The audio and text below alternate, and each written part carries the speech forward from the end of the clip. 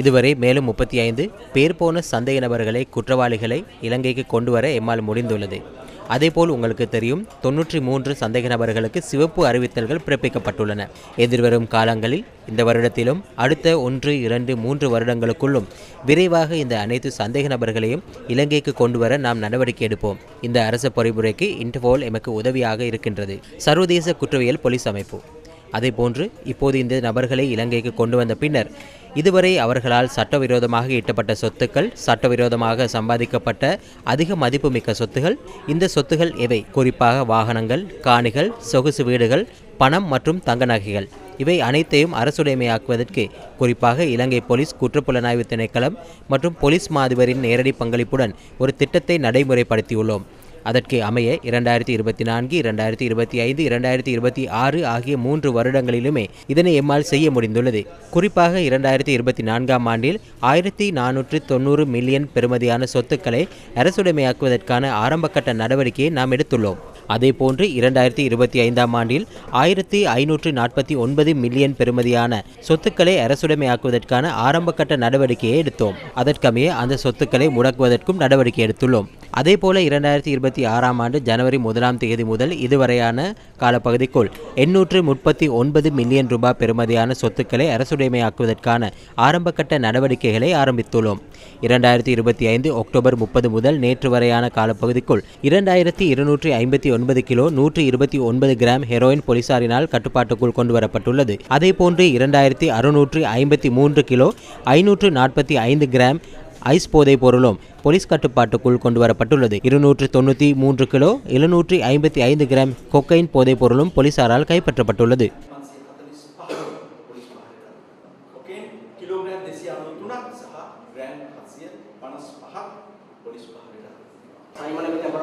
Simon என்ற குற்றவாளி அழைத்து வரப்பட்டுள்ளார். ஆனால் பிரதான போதைப்பொருள் கடத்தக்காரரான கஞ்சிப்பான இம்ரானை கைது செய்ய சென்றதாக கூறப்பட்டது. அந்த திட்டம் தோல்வியடைந்ததா? உங்களுக்கு உங்கள் சொந்த ஊரை பற்றி தெரியும். ஏனெனில் நீங்கள் அந்த ஊரை தாண்டி வேறு ஊருக்கு சென்றால் அந்த ஊரை பற்றி பெரிய புரிதல் நமக்கு இருக்காது அல்லவா? எனவே பொதுவாக வேறு ஒரு நாட்டில் முன்னெடுக்கும் நடவடிக்கையை அந்த நாட்டின் சட்டத்திற்கு உட்பட்டும் அந்த நாட்டை பற்றி தெரிந்து கொண்டும் நாம் செய்ய வேண்டும். பொதுவாக நாம் நீந்துவதென்றால் தண்ணீரில் இறங்க வேண்டும் அல்லவா? அது தோல்வியடைந்த நடவடிக்கை அல்ல, ஒரு வெற்றியடைந்த நடவடிக்கை என்று நான் நினைக்கின்றேன். எனவே நாம் தண்ணீரில் இறங்கினோம். செவ்வந்தி நீதிமன்றத்தில் ஆஜர்படுத்தப்பட்ட போது ஒரு பையை எடுத்து சென்றதாக சமூகத்தில் ஒரு பேச்சு இருக்கின்றதே. நீதிமன்றத்திலிருந்து சிறைச்சாலையிடமே அவர் ஒப்படைக்கப்பட்டிருந்தார். அது தொடர்பில் சிறைச்சாலையில் விசாரணைகள் இடம்பெற்று வருகின்றன. அது பற்றி நீங்கள் பின்னர் தெரிந்து கொள்ள முடியும். திட்டமிட்ட குற்ற செயல்களில் ஈடுபடும் குற்றவாளிகளின் உறவினர்களை இலக்கு வைத்து இப்போது துப்பாக்கி சூடுகள் இடம்பெறுகின்றன. நேற்று முன்தினம் மாளிகாவத்தை பகுதியிலும் ஒருவர், நேற்றிரவு ஒரு தாய். இதனை கட்டுப்படுத்த முடியாத நிலை காணப்படுகின்றதா? இல்லை. அப்படியாயின் இந்த திட்டமிட்ட குற்றச்செயலில் ஈடுபடும் குற்றவாளிகள் தங்களின் அதிகாரத்தை பெருக்கிக் கொள்வதற்காக சில நடவடிக்கைகளை எடுக்கின்றார்கள்.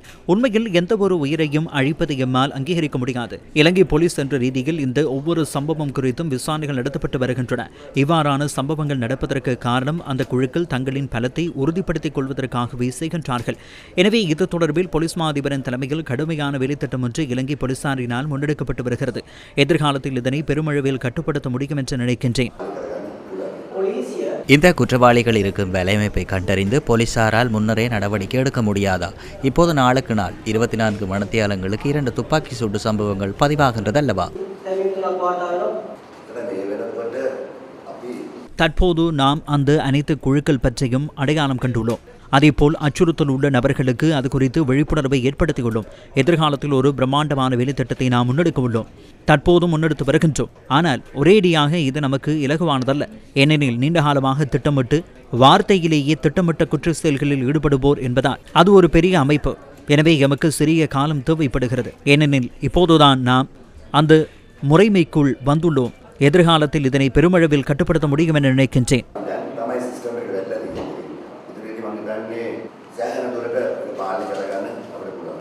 இந்த வருட நிறைவிற்குள் கஞ்சிப்பானை இம்ரானை பிடித்துக் கொண்டு வருவீர்களா?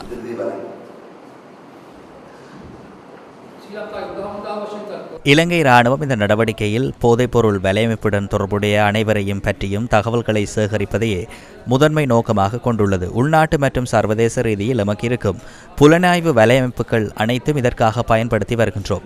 அதன் பலனாக இதுவரை இலங்கை போலீஸ் மற்றும் விசேட அதிரடிப்படையினருடன் இணைந்து முன்னெடுக்கப்பட்ட நடவடிக்கைகளில் சுமார் 9.3 பில்லியன் பெறுமதியான போதைப் பொருட்களை கைப்பற்றவும் அவற்றை சட்டப்பூர்வ நடவடிக்கைகளுக்காக போலீசாரிடம் ஒப்படைக்கவும் முடிந்துள்ளது. இந்த வருடத்தின் ஆரம்பத்திலிருந்து 54 பில்லியன் ரூபாய்க்கும் அதிக பெறுமதியுடைய ஹெரோயின், ஐஸ், கேரளா கஞ்சா ஆகிய போதைப் பொருட்களை கைப்பற்றி சட்டத்தின் முன்னிறுத்த எம்மால் முடிந்துள்ளது.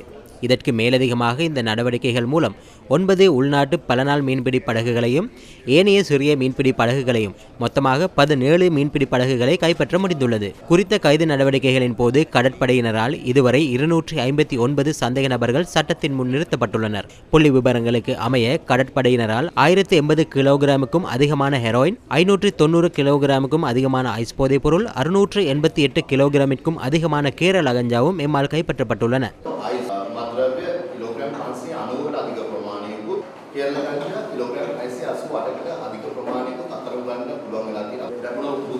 கிடைத்த புலனாய்வு தகவல்களின் அடிப்படையில் விசேட அதிரடிப்படையினருடன் இணைந்து 154 தரைவழி சோதனைகள் நடத்தியுள்ளோம்.